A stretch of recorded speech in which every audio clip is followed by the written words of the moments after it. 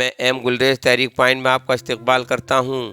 ناظرین، ہم کچھ دیر کے لیے آپ کو ایک خیالی دنیا میں لے جا کر بالی ووڈ کے عظیم اداکار محمد یوسف خان المعروف دلیپ کمار خلداشیانی جنت مکانی کی روح سے ان کا تعارف آپ سے کراتے ہیں، جو کچھ اس طرح ہے۔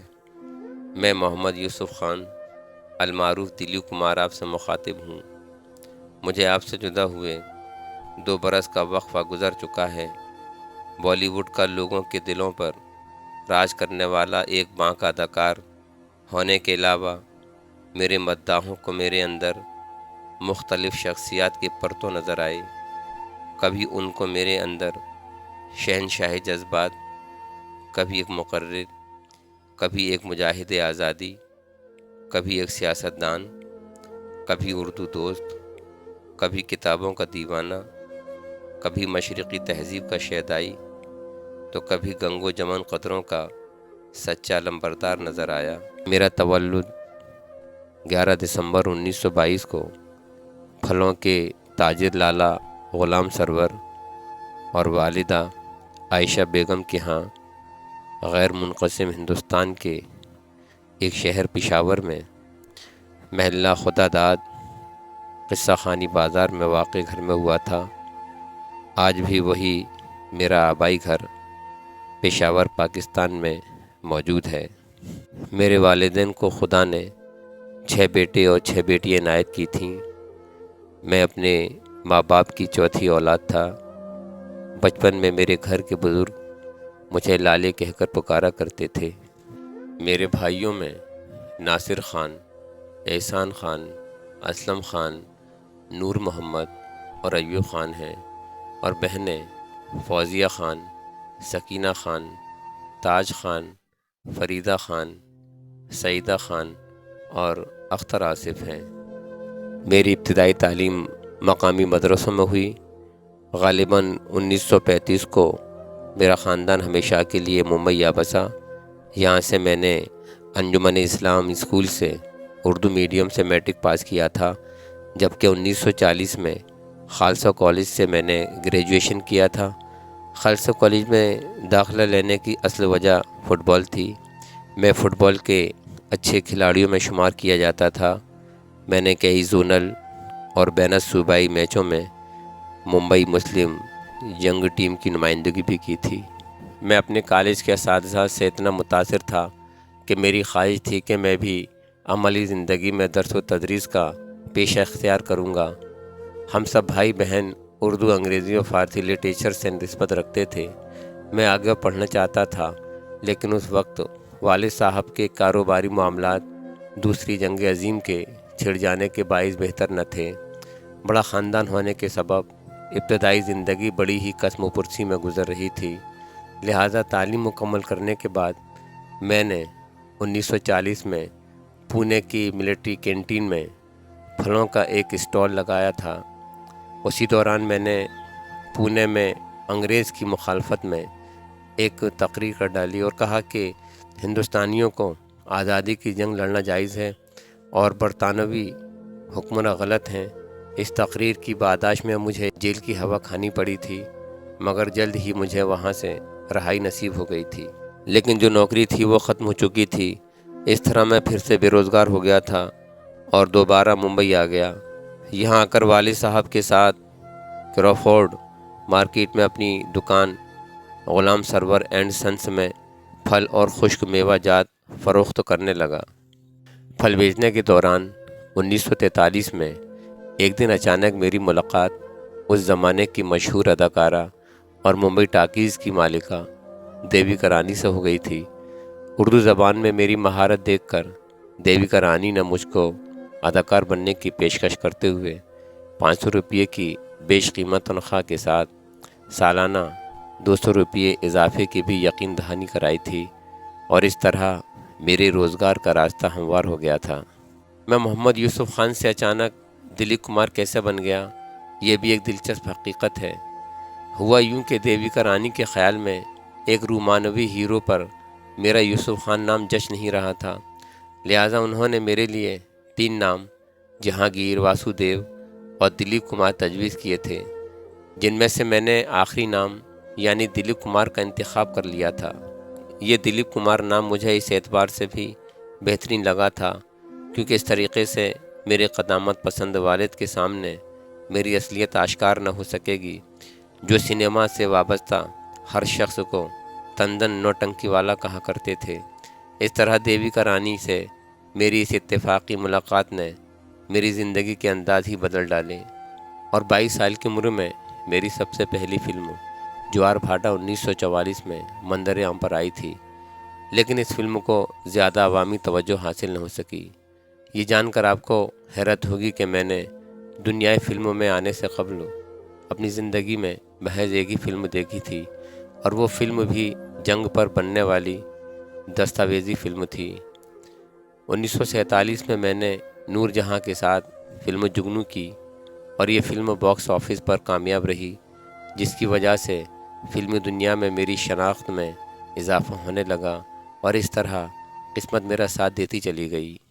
فلم جگنو کے بعد میری قابل ذکر فلمیں انوکھا پیار، میلا، شہید، ندیا کے پار، انداز، بابل، ترانہ، آن، فٹ پاتھ، امر، دیوداس، اڑن کھٹولا، نیا دور، مدھومتی، کوہ نور، مغل اعظم، گنگا جمنا، رام اور شیام، آدمی، گوپی، کرانتی، ودھاتا اور سوداگر وغیرہ ہیں۔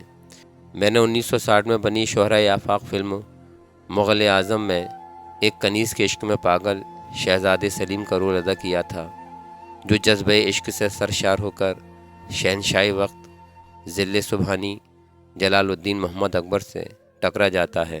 یہ فلم مغل اعظم پہلے بلیک اینڈ وائٹ میں ریلیز ہوئی تھی، اس کے بعد 2004 میں اسے رنگوں سے مزین کیا گیا تھا۔ اس طرح میں نے 5 دہائیوں پر مشتمل دورانیے میں 60 سے زائد فلموں میں اداکاری کی تھی۔ اسی دوران میں نے بہت سی فلموں کو ٹھکرا بھی دیا تھا، کیونکہ میرا خیال تھا کہ فلمیں کم ہوں لیکن اعلیٰ معیار کی ہوں۔ میں نے فلموں میں کام کرنے کے لیے کبھی اپنے اصولوں سے سمجھوتا نہیں کیا تھا، اسی لیے کبھی میں پیسوں کے پیچھے نہیں بھاگا تھا۔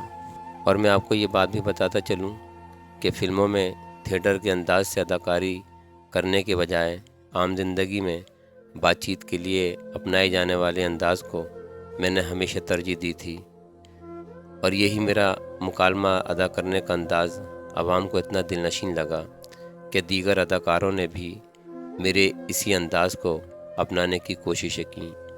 میں نے فلموں میں جو بھی کردار ادا کیا اسی میں خود کو ڈھال لیتا تھا۔ مجھے یاد ہے کہ جب فلم کوہ نور کے ایک منظر میں مجھے ستار بجانا تھا تو اپنے کردار کو اصل روپ دینے کے لیے میں نے ستار کے استاد سے اس کے رموز نکاح سیکھے تھے۔ اس طرح جب مجھے فلم نیا دور میں تانگا چلانے والے کا کردار ملا تو میں نے اس کام سے وابستہ لوگوں کی زندگی اور ان کے کام کے انداز کو جاننے کے لیے خاص طور پر اس پیشے سے وابستہ لوگوں کے ساتھ کچھ وقت بھی گزارا تھا۔ اور اس کے علاوہ دیدار فلم میں جب مجھے اندھے شاموں کا کردار ادا کرنا تھا تو میں نے ایک عرصے تک ایک نابینا فقیر کا گہرائی اور گہرائی سے مشاہدہ کیا تھا۔ میں آپ کو یہ بات بھی بتا دوں کہ میں نے 1964 میں بنی فلم لیڈر میں اسکرپٹ رائٹنگ فلمالے اسٹوڈیو میں ایک درخت کے نیچے بیٹھ کر تحریر کی تھی۔ اس فلم میں نے اداکاری کے کئی رنگ پیش کیے تھے۔ اس فلم کی کہانی میں ہندوستان کے مستقبل کے اشارے پوشیدہ تھے۔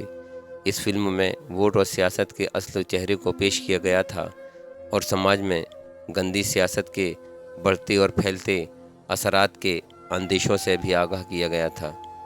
شاید آپ کو یہ بات معلوم نہ ہو کہ میں نے کئی گیتوں میں اپنی آواز کا بھی استعمال کیا تھا، جیسے داغ فلم میں لتا جی کے ساتھ لاگی چھوٹے نہ راما چاہے جائے جیا، اور پھر فلم کرما میں محمد عزیز اور کویتا کرشنا مورتی کے ساتھ یہ گیت گایا تھا کہ ہر کرم اپنا کریں گے۔ میری دل نشین اور دل فریب اداکاری کا اعتراف کرتے ہوئے 1995 میں ہندوستان میں دادا پھالکے ایوارڈ سے نوازا گیا تھا، جبکہ 1998 میں حکومت پاکستان نے بھی مجھے اپنی سب سے بڑے سول اعزاز نشان امتیاز سے نوازا تھا۔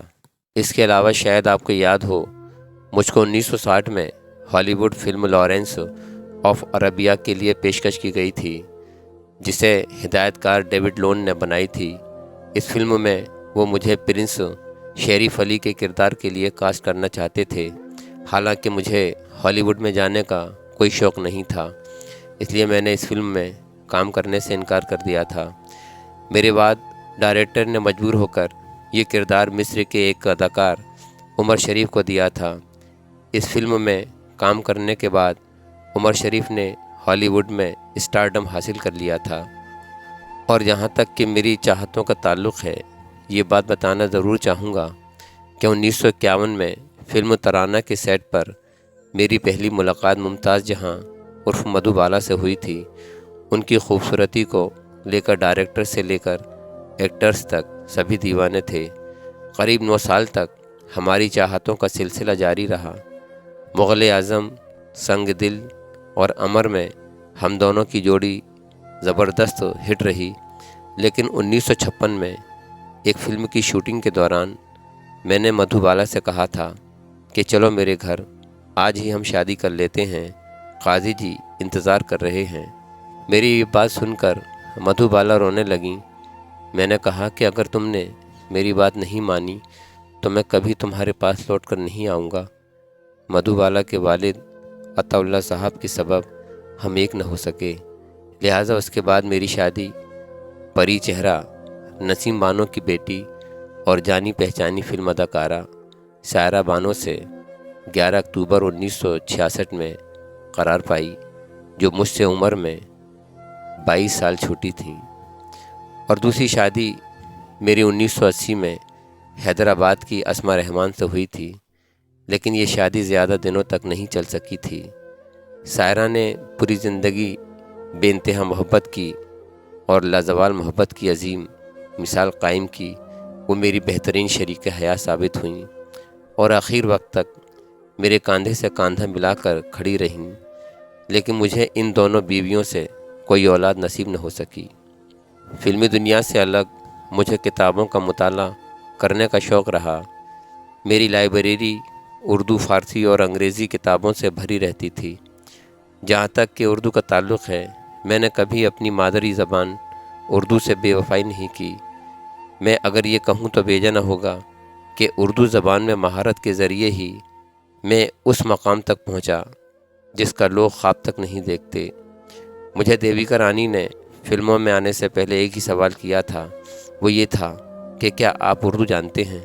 لوگوں کا کہنا تھا کہ جب میں انگلش بولتا تھا تو اکثر لوگوں کو اس کا مفہوم سمجھنے کے لیے ڈکشنری دیکھنے کی ضرورت پیش آتی تھی، لیکن جب میں اردو بولتا تو بے حد شستہ سلیس بولتا۔ میرے مداحوں کا ماننا تھا کہ جہاں میری شخصیت میں بلا کی کشش تھی تو وہیں دوسری طرف کشش میری خالص اردو زبان کی بھی تھی، جسے سننے والا چشم حیرت سے مجھے تکتا رہ جاتا تھا۔ اور اردو کے ہزاروں اشعار اور ہندی کے محاورے مقولے مجھے یاد تھے، جس کا استعمال میں گفتگو میں روانی سے کرتا تھا۔ یہ اسی ماحول کا اثر تھا جس ماحول میں میری پرورش اور تعلیم و تربیت ہوئی تھی۔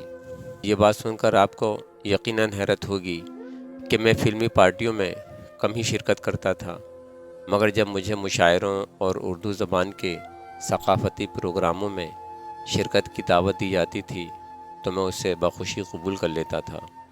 1989 کا وہ عظیم الشان مشاعرہ ابھی تک میرے ذہن میں یوں محفوظ ہے گویا ابھی کی ہی بات ہو، جب کنور مہندر سنگھ بیدی سحر کے اعزاز میں جشن سحر کے عنوان سے ایک مشاعرہ منعقد ہوا تھا۔ اس میں ملک و بیرون ملک کے بڑے بڑے شعراء قدم رنجہ ہوئے تھے۔ اس میں یہ خاکسار بھی اپنی وفا شیار بیگم سائرہ بانو کے ہمراہ اس مشاعرے میں شامل ہوا تھا۔ مجھے جب مائک پر مدعو کیا گیا تو مجھے دیکھنے اور سننے کے لیے مجمع بے خود ہو گیا تھا، لہٰذا میں مائک پر گیا اور ان اشعار کے ساتھ اپنی تقریر کی ابتدا کی تھی کہ سکون دل کے لیے کچھ تو اہتمام کروں، ذرا نظر جو ملے پھر انہیں سلام کروں، مجھے تو ہوش نہیں آپ مشورہ دیجئے، کہاں سے چھیڑوں فسانہ کہاں تمام کروں۔ سیاست کے حوالے سے ایک بار جب مجھ سے پوچھا گیا کہ آپ سیاست میں کیوں نہیں آتے تو میں نے برملا کہا تھا کہ سیاست اب پہلے جیسی نہیں رہی۔ اگر میں سیاست میں آ جاؤں تو پھر وہی ہوگا کہ اس عاشقی میں عزت سادات بھی گئی۔ حالانکہ کانگریس نے سن 2000 میں مجھے پارلیمان کے ایوان بالا یعنی راجیہ سبھا کے لیے نامزد کیا تھا اور اس طرح میں 6 برس تک رکن پارلیمان رہا تھا۔ ایک غور طلب بات یہ ہے کہ 1993 میں ممبئی میں ہونے والے فسادات کے موقع پر سرکاری ٹیلی ویژن اور دوردرشن کے ایک صحافی نے جب میرا انٹرویو لیا تو اس نے مجھ سے پوچھا کہ دلیپ صاحب ممبئی جل رہا ہے، آپ کو کیسا لگتا ہے؟ تو میں نے کہا تھا کہ ممبئی کہاں جل رہا ہے، صرف مسلمانوں کے گھر جل رہے ہیں۔ لیکن مجھے اس بات کا ہمیشہ احساس رہا کہ لوگوں کو میرے اندر صرف دلیپ کمار ہی نظر آیا، لیکن محمد یوسف خان کسی کو نظر نہیں آیا۔ 1998 میں اپنی زندگی کی آخری فلم قلعہ میں کام کرنے کے بعد میں فلموں میں اداکاری کو خیر بات کہہ کر اپنی ماضی سے شرمندہ ہو کر آخرت کو سنوارنے کی فکر میں منہمک رہنے لگا، اور میں نے مجموعی طور پر اس چکا چوندھ والی دنیا سے کنارہ کشی اختیار کر لی۔ میں نے 3 عمریں کرنے کے علاوہ 2013 میں اپنی بیگم سارہ کے ساتھ حج کی سعادت بھی حاصل کر لی تھی۔ اس رب ذوالجلال سے لو لگاتے ہوئے میں نماز کی پابندی کرنے لگا اور زیادہ تر وقت ذکر و اذکار اور تلاوت قرآن میں صرف کرتا رہا کہ اللہ میری خطاؤں کو درگزر فرما دے۔ میں آپ کو بتا دوں کہ 2003 سے مسلسل میری طبیعت خراب ہونے لگی تھی۔ اس درمیان کئی بار میرے انتقال کی افواہیں بھی گردش میں رہیں، لیکن ہر بار خدا نے مجھے صحت سے نوازا۔ بہرحال کلو نفس ذائقۃ الموت، اور اس طرح 99 برس کی عمر میں 7 جولائی 2021 کو وقت موعود آن پہنچا اور میں نے ممبئی کے کھار علاقے کے ہندوجا اسپتال ماہم میں آخری سانس لی۔ انا للہ و انا الیہ راجعون، اور اس طرح میرے قفس عنصری سے میری روح پرواز کر گئی اور میرے اعمال کا سلسلہ بند ہو گیا، اور مجھے ممبئی کے جوہی قبرستان میں سرکاری اعزاز کے ساتھ سپرد خاک کر دیا گیا۔ اب تو بس اس عاجز، لاچار اور گنہگار بندے کی غفور الرحیم سے صرف یہی دعا ہے کہ وہ میرے دانستہ اور غیر دانستہ قصوروں کو معاف کر دے اور اپنی رحیمی و کریمی کے صدقے مجھے اپنے دامن رحمت میں جگہ دے دے، آمین۔